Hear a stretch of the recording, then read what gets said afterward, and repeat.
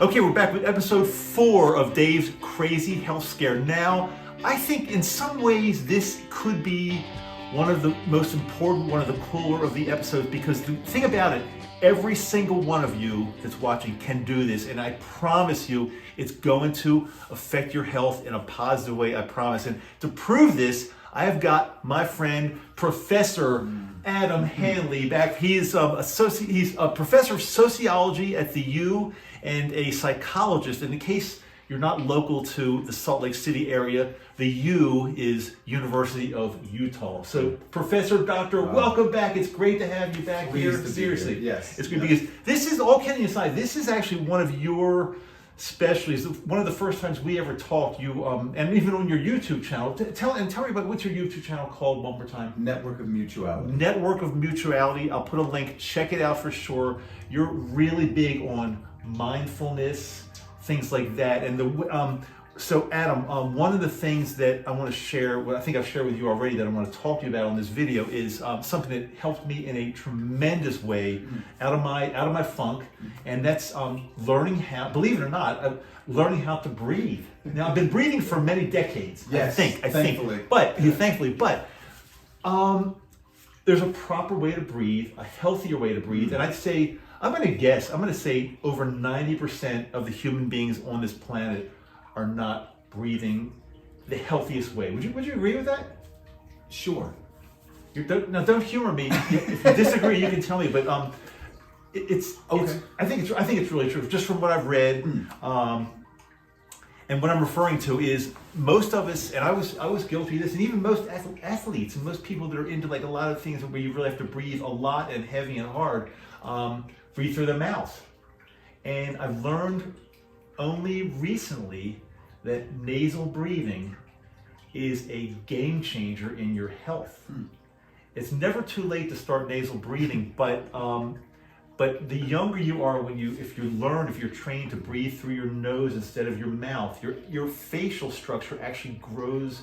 Do you know this? I didn't know it changes the facial structure. It absolutely does. It's unbelievable because mouth breathing, when you're younger, when you're older, I don't think it's going to change that much as far as your facial structure. But when you're younger, mouth breathing, kids that mouth breathe, their palates and their maxilla, their upper jaws don't really develop the way they should, and they're kind of like high arched, and which causes more difficulty in breathing through the nose. It's really fascinating. By the way, I want to share, I don't know if you've read these, but I want to share these books with my viewers.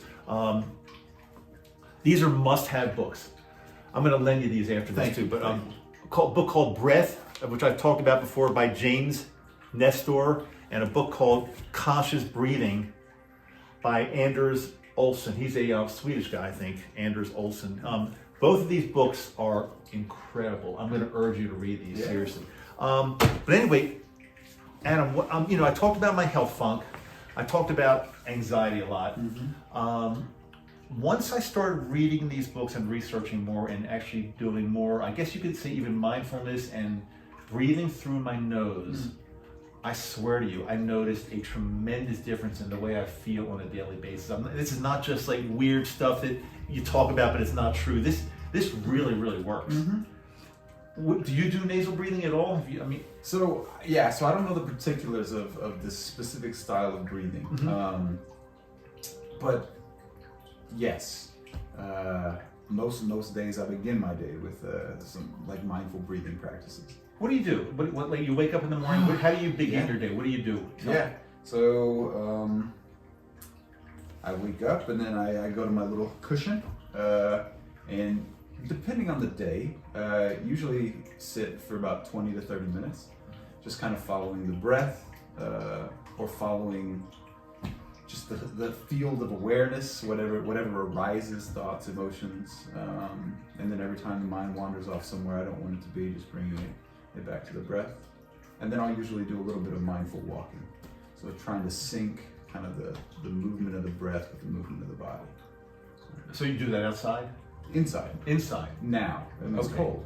Yeah. Yes. You can still walk. I could. But you walk like around the house or in place or? Yeah. Just a little bit around the house. Okay. But mindful walking is a really slow process. Thich Nhat Hanh characterizes as like kissing the earth with your feet. So each step making just a very intentional and sort of, just conscious contact with the ground, the earth. What do you feel it does for you? How does it change your day? Wow. So that's an interesting question, right? And something that I've been exploring recently.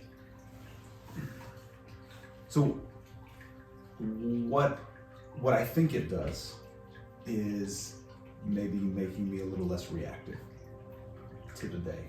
Kind of sets my autonomic system at a sort of lower threshold, so that I'm less reactive across the course of the day, and just gives me kind of training in what my tendencies are when thoughts, when feelings, when emotions emerge, so that maybe I don't act in as habitual of a way. That's what I think. So just to clarify, in case any viewers are not real, and we've talked about autonomic nervous system. I think even at the first time we did this little chat here, but just to clarify, the autonomic nervous system is one that it's like automatic kind of. We can control it somewhat, but there's two portions. There's the parasympathetic and the sympathetic, right. And I like to describe it. The parasympathetic portion is kind of like the brakes. Yeah. It kind of like just slows you down, calms you down, whereas the sympathetic is the gas pedal. Right. It's so what you're saying is, and it's the fight or flight. So in other words, when you're in like more parasympathetic mode, you're more relaxed, you can eat, you can enjoy things, whereas sympathetic mode is more like fighting, like like in the old days, many centuries ago, I guess, a predator would come and attack, and we'd have to go into sympathetic mode. Right. So are you saying that by sitting on the cushion, breathing, being mindful, kind of meditating, that puts you into like a parasympathetic mode for a good part of the day? It relaxes you? Well, and so that's one of the things. So this is my job, right? Is to do research on meditation. And one of the things we like to talk about is kind of a state by trait interaction, which is some weird, scientific mumbo jumbo for saying that the more you practice any one thing, the more this kind of becomes your way of being in the world. And so the more time you spend sort of intentionally breathing, hopefully the more that's going to translate into just your day-to-day interactions. And those kind of relaxed, calm states that you're cultivating while you meditate are more than likely going to extend further and further and further into your day. So that at some point, the goal being that there's no difference between you sitting on the cushion and you just in the day. I was just going to ask that. So that's a good point. So in other words, the more you practice that in the morning with your meditation and you're mindful of your breathing, it carries over into the day, and you're kind of being mindful and breathing the right way all day anyway, right? Which is why another big part of my research program is looking at informal mindfulness practices. And walking can be an example of that, or dishwashing, or eating. Anything that we do. So trying to make that bridge between sort of the practice, this kind of quiet place, in real life is kind of an in-between space. So if I'm walking, then I'm a little closer to my daily life than I am just sitting in a quiet spot. And so bringing that kind of mindful breath, that attention into the walking hopefully helps it translate. It's like baby steps. Mm-hmm. Yeah. Interesting stuff. I mean, okay, so I've been doing yoga for many years, meditation for many years. Why do you do meditation in the air quotes? I'll tell you why exactly. Okay. There's a reason for that. Because here, I'll tell you right now. Okay. Because yoga, I can definitely tell does something for me. When I do yoga, and I just really feel like I loosen myself up, and I'm not a flexible person in general, but I feel like when I move my body all around, I feel much better. There's no question about it. Meditation, the reason I use the air quotes is because I've always done it. I've done it for a long time. Yeah. I know it's beneficial. I know it's supposed to be beneficial, but I never could really feel that this is absolutely changing my life until I started reading these books on proper breathing, because okay, my yoga teacher would always say, I'd be the one in the yoga class that would be like trying to do the yoga pose and not breathing properly, or holding my breath. Yes. And my yoga teacher, and even Yoko, would always say, Dave, you gotta breathe. And I would say, I'm breathing, don't worry about me. And I kind of discounted it. That's and a they good were breath right there. What's that? That was a good breath right there. That was? I didn't even know. Yeah. But they were right, because as soon as I became more like conscious, really conscious of my breathing and doing it right. When I say right, I mean nasal breathing. Yeah. I swear to you, Adam, I can honestly feel a difference. Yeah. I could be stressed out and I can go on a walk. And just like you said, you walk and you're mindful and you're breathing and you're recognizing every step and things like that. I can go on a walk and do only nasal breathing, and I'm telling you, within 10 minutes, my anxiety is totally gone. It's like taking a drug, but it's a good drug because there's no real drug involved. It really, so that's why I said at the very beginning of this is something that everybody watching can do if they just practice nasal breathing through your nose. It makes a tremendous difference in kind of like your peacefulness, I would say. Yeah. And it does a lot more than that too. I mean, it lowers blood pressure. It does a lot more, but that's it. I'm just kind of simplifying it. It can fundamentally change your sense of self. I think so too. Which is really where my research is going right now, is just how attending to the breath can break old habits, can alter the way we think about ourselves, the way we think about the world, can actually induce self-transcendent experiences. And what is that exactly? Yeah, Self-transcendent, self-transcendent experience. Yeah. What is that? So I think you can think of it as kind of classically like a mystical experience, an out-of-body experience. I'm in. Where do we get the drugs? No drugs. No drugs needed? No drugs needed. Man. Yeah. Well, Okay. and that's the maybe that's better. Maybe it is better. So in the psychology world, there's a lot of research going right now on the use of psychedelics as therapeutics. Right. And what they're finding in those studies is that these altered states of self, these self-transcendent experiences, feeling like you're deeply connected with other people or at one with the universe, kind of, that these are the things that cause positive change in people's lives. And those are the exact same things we're seeing in our mindfulness research, is that as little as 15 minutes can kind of relax this story of self that we tell ourselves every day. Oh, I'm Adam, I do this, I do that. Oh, and there's that memory, or there's that hope, or there's that worry. And so that breathing can kind of turn down some of that chatter. And when that chatter turns down, there's maybe this loosening of these old habits of self. This is who I am. And when those loosen up, new possibilities emerge. And these are, I mean, maybe not like Saul on the road to Damascus, like struck down. But I think transcendent experiences come on a continuum. And there's small moments of change that can accumulate and sort of grow and alter fundamentally who we think we are. And can you get positive benefits from doing it only 15 minutes a day, you're saying? Yeah. I mean, yes.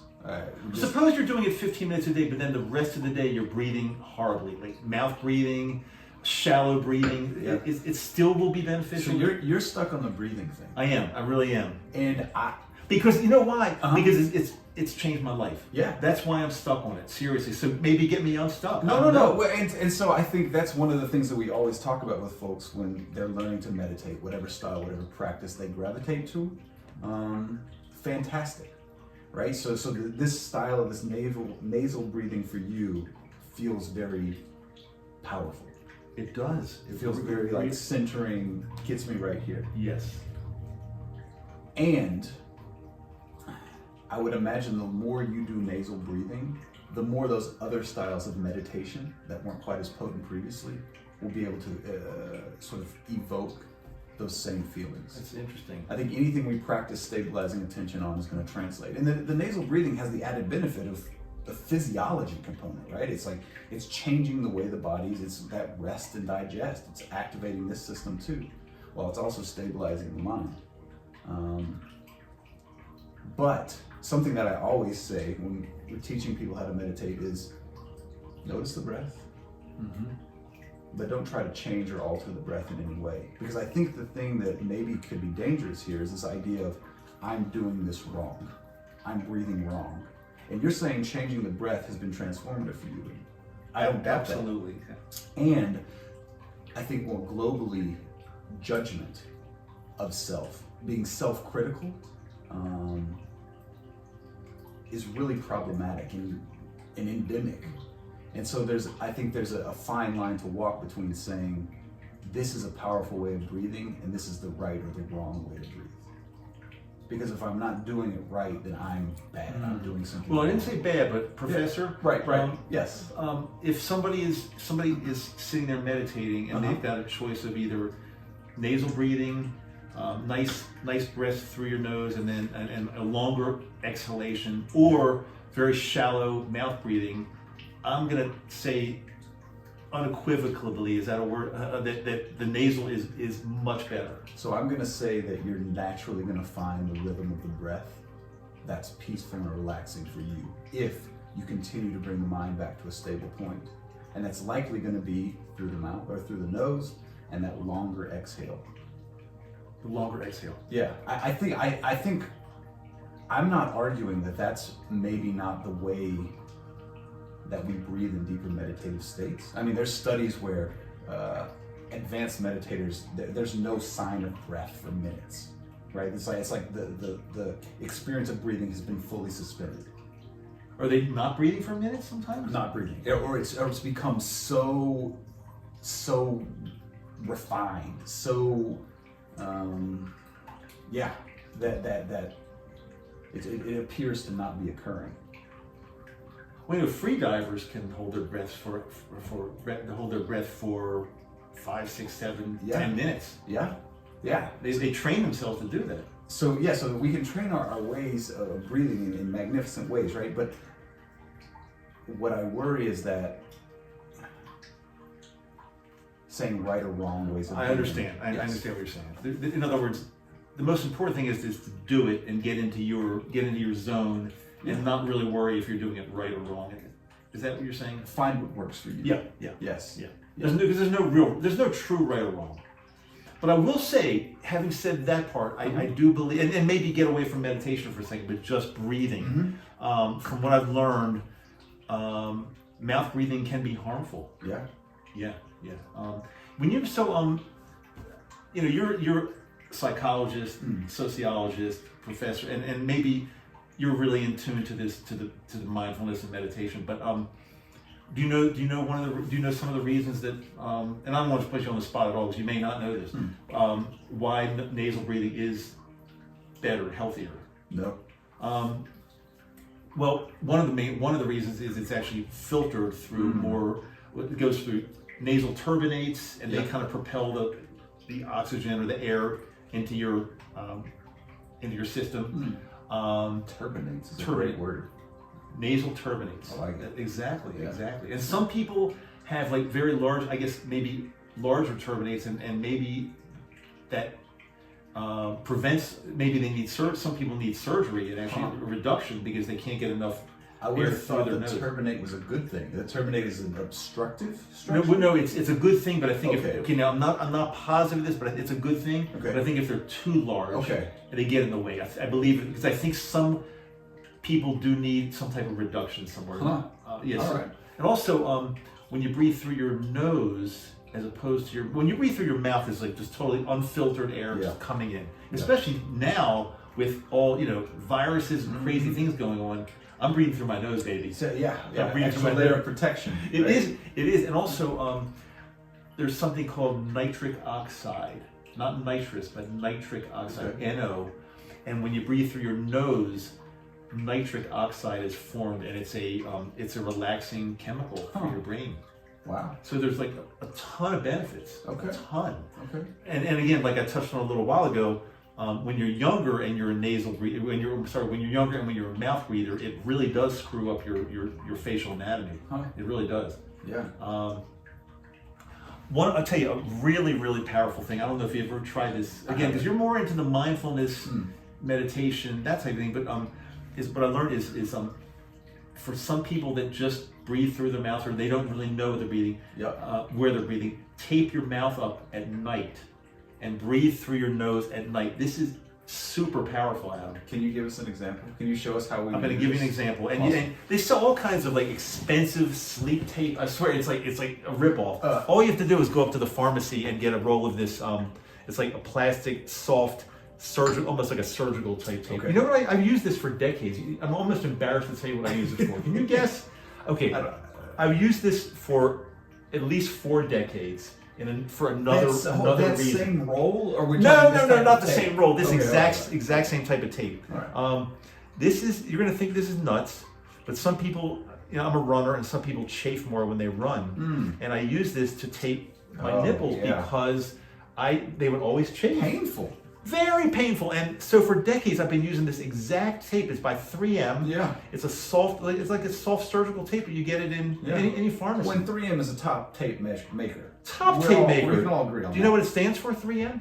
I would say magic manipulated markers. How'd you know? I'm just trying to waste time as I unroll this thing. You don't know what 3M? No, it's 3M. See, I'm going to teach you something, Professor. All I do is learn. Hey, I'm just here to learn. Okay, 3M. I think I'm almost positive. 3M stands for Minnesota Mining and Manufacturing. No, I'm pretty sure. Look it up. I think that's. If I got it wrong, I'm sorry, but I think it stands for Minnesota Mining and Manufacturing. Wow, Minnesota. Well done. That's where it originates. So you take a small piece of this. Now I want to tell you what I've learned this through trial and error. Okay. I don't have this in front of me. Take a small amount of chapstick or petrolatum, a small amount, and put it, because if you don't, it's gonna work, but it's really hard to get off. It just hurts your lips to take it off. So you put it over your lips. You can do it like this.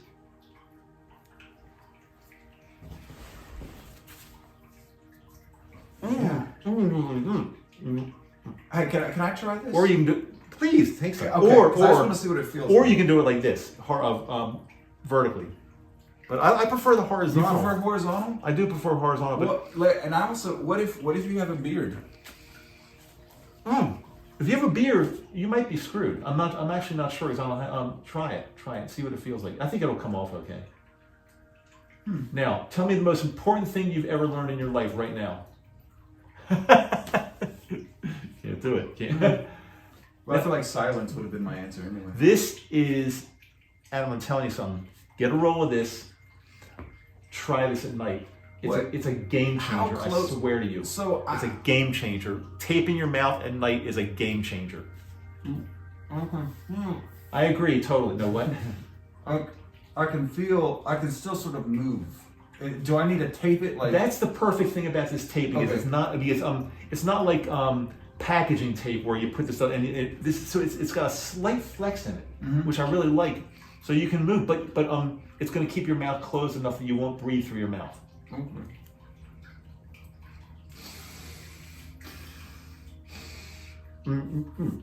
Yeah. I like it. I mean, yeah, I'll give it a go. I want you to try this. Let me know. And after you tape your mouth at night, the next step is to actually tape your mouth during exercise. Whether you're out taking a walk is first thing, because it's not that difficult. But once you advance and you can do it walking and breathing through your nose only, then you're a runner. I see you run in the park, right? And go ahead. Try taping your mouth and running. It's not. It takes getting used to. Yeah. It takes practice. So try it for like 3 minutes at a time. So you talked to me about this a couple weeks ago, and I haven't taped my mouth, right? But I've tried to focus on just breathing through my nose when I run. There's no way I could do this for an extended period of time. Only if you practice. If you practice and practice, you can. I guarantee. You have to build up. I guarantee you can. And it's really good to practice without the tape, but you cheat. Yeah. It's because you want to get that. You run or you walk and you want to and you cheat. But with the tape you can't cheat. And so basically what happens is you have to slow down and just and stop, because it's totally different with the tape on. Yeah. Totally different. Yeah. It seems very, very difficult. I just spoke to somebody. I spoke to a dentist a couple days ago, and he actually is a dentist who specializes in treating patients for like sleep-related problems and sleep apnea. He knows a lot about breathing and things like that. He told me he's really a big fan of nasal breathing as well. And he told me he was working with somebody, a runner, that improved his 1 mile time by 1 minute and 30 seconds just by training himself to nasal breathe. And I've read about it in books like this. That it's like a fact. I mean, you have to train. It's not going to happen the first day, but it's more efficient. It's more about the quality and not the quantity. You don't need all that air coming into your system. You need it's more qualitative, if that makes sense at all. You got to send it through that turbocharger. Turbocharger, exactly right. Turbinate. Exactly, turbinate. See? Seriously. So could you run now with mouth tapes? Okay, so yes and no. I can, although I'm still not totally trained in doing it. So like we ran a 5K race last week, and I did not tape my mouth because I was out to win. You gotta go. I was out to win in my age category. Did you win? I came in second in my age category. Ooh, second. I didn't realize you were that fast. Ask me how many people were in my age category. 2. That's a true story. It was a very small race. It was virtual. It was semi-virtual. They everybody started at different times. It was the honor system. You had to time yourself. Okay. But there was one guy in my age category that beat me. I found out he beat me by 20 seconds. I would have definitely. Oh, you could have smoked him. Absolutely. If I knew it ahead of time, I could have. Yeah. There's no question in my mind. You got him next year. But you know why I got him next year? Because I'm going to be trained totally at nasal breathing, and I'm going to cut my 5K time by probably 5 minutes by nasal breathing. At least. We'll see. We'll find out. Oh man. We'll find out. What is this day? What is this? December 5th? Today is December 4th. As we're recording this, December 4th. Yeah. So December 4th, 2021, you're going to take 5 minutes off your 5K. Let's see. It's marked in history. Let's see. Actually, what I'll do is try my mile, and I don't even know. I'll do it a mile at a time. Okay. It's because it does take training. But going full circle all the way. No, seriously. Back. Let me show you what else I got. This came with. This is called a relaxator. Kind of looks like a pacifier. It's exact. It's a little, but this is called a relaxator. Okay. It came with this book. Like you pay like a few dollars more, and it's like a package. Okay. What it does, it trains you to. It strengthens your diaphragm. Because what it does, you actually, so you breathe in, the exercise, there are many exercises you can do with this, but you breathe in through your nose. Okay. And then you breathe out through the relaxator through your mouth. And you set it at a resistance. So I'm breathing in.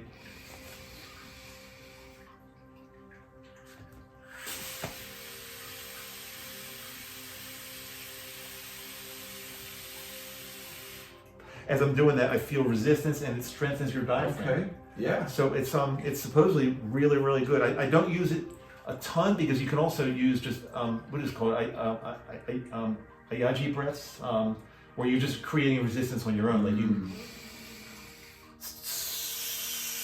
can do it on your own. Okay. You don't really need this device, but it came with it. So. But I feel like he missed an opportunity because he could have put a whistle or like a little pinwheel on the end of that thing, so you could have a little amusement for anybody watching. Well, the children's version has a little pinwheel. The child's version. Does it really? That's a great. I'm going to invent that. And do I need to cut you into the road? Yes, obviously. You in on this deal? Yeah. You got to invest. Hey, you have money. You got to invest then. Talk to Julia. Okay. I'll talk to the financial manager. There you go. Okay, sure. Julie is Dr. Hanley's wife, in case you don't know. So one more before we finish. One more thing.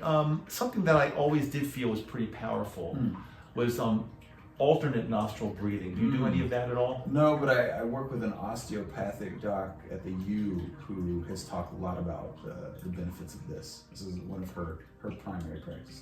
Look into that too. It's really powerful. As a matter of fact, I'm going to get this wrong. I can't remember which side is which side, but I was just reading 2 nights ago that if you cover one nostril and breathe in and out through the other, one will kind of like lighten up your sympathetic side, and then the other will be more parasympathetic. I can't remember if it's right or left, so I don't want to say the wrong thing, but you can look that up very easily. But seriously, so in other words, let's say you're doing something and you just need to really calm yourself down. Right. I'm guessing. I think that you cover your right nostril, breathe in through your left, and that's going to be more parasympathetic, more putting the brakes on, and the other side. Read about this. I'm telling you, it's really true. So there's a lateralization component that makes sense. Because our brain is lateralized to exactly. like at face value, that makes sense. But the nasal passage just combines very quickly, right? I should know that. That's a great question. I should know that, but I'm not sure. I mean, I've seen this written many times. It's not just. Let me see if I can just real quickly. It might be right here. Oh, by the way, there's something in this. You're a bath person, also. There's something big about taking. Absolutely. I'll take a bath after this. I may do the same thing. Yeah. Taking a baking soda bath. It increases the level of carbon dioxide in your body, which is very healthy, by the way. Baking soda bath. Baking soda bath. You can read about it in this. But let me just see if I want to real quickly find out if about the they could have made this book a little better quality. The pages come out. I forgot to tell you that part. Come on, Anders. I'm reading this thing at night, and the pages start falling out. I just want to see if I get this right because it's pretty darn important. Okay, we're back. We're back. So I found it. Applying alternating nasal breathing. If you have trouble falling asleep, you can try the alternating nasal breathing exercise to get your nervous system in better balance. Alternatively, you can close your right nostril. So close your right nostril and breathe only through your left. This activates your right brain hemisphere and soothing parasympathetic part of your nervous system. That's covering your right nostril. So if you cover your left nostril, that's more sympathetic. So let's say you're going out for a run, or you want to do something that's like you need to be like invigorated. Yep. Then you cover your left nostril and breathe only through your right. I can feel it already. I can tell you're getting like anxious and nervous. Yeah. Well, it's yeah. So right is calming. Yeah, covering the right. I think it said covering the right. What did I say? Let me make sure. I wanted to get this right because I want to make absolutely sure. Close your right nostril with your finger and breathe only through your left. That's the calming. So breathing through your left side is the calming side. Breathing through the right side only is the more sympathetic fight side. So before you get into a fight, make sure you say, "Oh, excuse me," cover your left. Yeah. You know, I want to thank you for being here. This is just, I'm passionate about this stuff because, like I said, I've been meditating for many years, and I can't say it didn't do anything. It's very relaxing and very good. But once I got into the nasal breathing thing, it's a game changer. It really is. It really is. And I hear that so often, like of different people finding a different style of practice that clicks. It's just like, oh, this is it. And so that's great. I'm good stuff. Any last parting thoughts? Anything we didn't touch on that you want to bring up? No. I mean, we went to places I didn't dream today. I'm telling you, I know. Well, thanks for being here for episode 4. I really appreciate your expertise. This is your thing. But again, the reason I said to everybody that this is perhaps the most important episode of the 4 is just because everybody can do this on some level. Like you said, there's no right or wrong. You can do it on some level, but I would really encourage you to try nasal breathing. One more thing before we go. I don't know if you saw this video I did a few weeks ago, but I actually took a pulse oximeter. Did you see the video I did? So I took a pulse oximeter and put it on, and I would try to kind of like not really relax. So it was reading, I don't know, somewhere in the range of 94 to 95% blood oxygen saturation. Then what I did in front of the camera, in front of everybody, I said, give me like a few minutes. I would just I breathe through my nose like. Yeah. You could see the thing go up to 99%. Wow. Just in real time. Just like that? Yeah, seriously. Huh? Yeah. Okay. This is real stuff. This is not just hocus pocus weird stuff. This is real stuff. Well, you don't got to convince me. I'm a big fan of the breath. This is what you do. This is what I do. Yeah. This is what we do. Yeah. I want to get you back one time because I think we talked about this a while ago. You're really into mindfulness. I know that. I want to get you and we'll take a little ride in the RV, and I want you to share with my viewers how you can drive, whether you got an RV or a car, whatever it might be, how you can drive and be really, really mindful at the same time. You want to try that sometime? Absolutely. Okay, are you driving or am I driving? I'll let you drive. I'll let you drive the Class B. Yeah, the Class B, that's right. Yeah. Okay, man, thanks so much for being here. I really appreciate it. Thanks for being with us. Again, at the very, very least, I urge you to try breathe in through your nose more than you breathe through your mouth. You will see benefits, there's no question in my mind. Until next time, Dr. Dave, along with Dr. Adam, see you later.